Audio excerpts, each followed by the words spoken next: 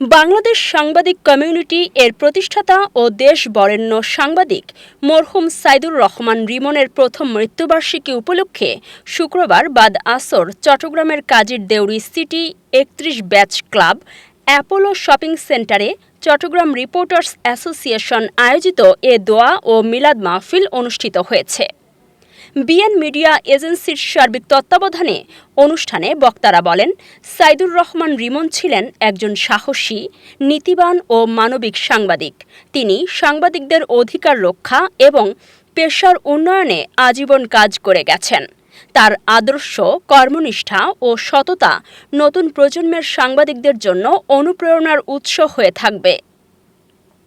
বক্তারা আরও বলেন, সত্য ও বস্তুনিষ্ঠ সাংবাদিকতার মাধ্যমে সমাজে ইতিবাচক পরিবর্তন আনার যে শিক্ষা তিনি দিয়ে গেছেন তা অনুসরণ করাই হবে তার প্রতি প্রকৃত শ্রদ্ধা।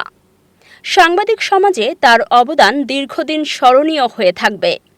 দোয়া ও মিলাদ মাহফিলে চট্টগ্রাম রিপোর্টার্স অ্যাসোসিয়েশনের সভাপতি সোহাগ আরেফিনের সভাপতিত্বে প্রধান অতিথি হিসাবে উপস্থিত ছিলেন চট্টগ্রাম প্রতিদিনের সম্পাদক আয়ান শর্মা, BD24 লাইভ এর চট্টগ্রাম ব্যুরো কামরুজ্জামান রনি, দৈনিক সময়ের কাগজের আঞ্চলিক সম্পাদক নূর মোহাম্মদ রানা, ইউনাইটেড প্রেস ক্লাবের সভাপতি শিব্বির আহমেদ ওসমান, সাধারণ সম্পাদক শফিক, সিআরের সহ সভাপতি মোহাম্মদ রাজু, সাংগঠনিক সম্পাদক মোহাম্মদ রুবেল, অর্থ সম্পাদক সাংবাদিক সাইফুদ্দিন রমিজ, সহ সাংগঠনিক সম্পাদক মোহাম্মদ শাকিল, আপ্যায়ন সম্পাদক শাফায়াত মোর্শেদ, সদস্য মোহাম্মদ মুস্তাফিজুর রহমান, মোহাম্মদ রিয়াজউদ্দিন, মোহাম্মদ শহীদ সহ সংগঠনের অন্যান্য সদস্যরা মরহুম সাইদুর রহমান রিমনের আত্মার মাগফিরাত কামনা করে বিশেষ দোয়া ও মোনাজাত অনুষ্ঠিত হয়।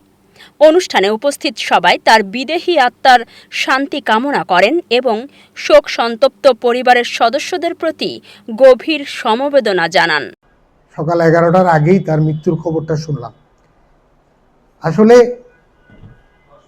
আমরা এখানে অনেকগুলো হাউজের অনেকগুলো মানুষ আছি। এখানে দাদা যেমন তার 2টা প্রতিষ্ঠান আছে, তার 2টা প্রতিষ্ঠানে দাদার 100 জন গণমাধ্যম কর্মী আছেন। তো দাদার কাছে কিন্তু ওগুলো সন্তান। তো রিমন ভাইয়ের কাছেও আমরা সন্তান তুল্যই ছিলাম। তাদের প্রতি আমার কৃতজ্ঞতা, কারণ মানুষ বেঁচে থাকে তার কর্মের মধ্যে দিয়ে। রিমন ভাইয়ের কর্ম অনেক বিশাল, কিন্তু এই কর্মকে ধরে রাখার জন্য, স্মৃতিকে আঁকড়ে রাখার জন্য মানুষের সংখ্যা আমি সীমিত দেখি।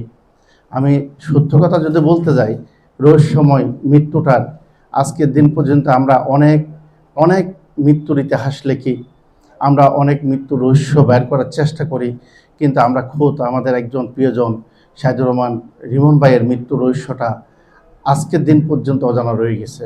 আমার কাছে কেন জানি মনে হয়েছে এটা রহস্যময় মৃত্যু, এবং তার পরিবারের অসহযোগিতার কারণে আমরা আসলে সামনের দিকে এগোতে পারিনি। আমি অনেক চেষ্টা করেছি। সাইদুর রহমান রিমন ভাই বাংলাদেশ সাংবাদিক কমিটি নামে একটা সংগঠন সৃষ্টি করছিল। আমি দেখেছি উনি যখন বেঁচে ছিল তখন এই সংগঠনের অনেক লোকজন তাকে তার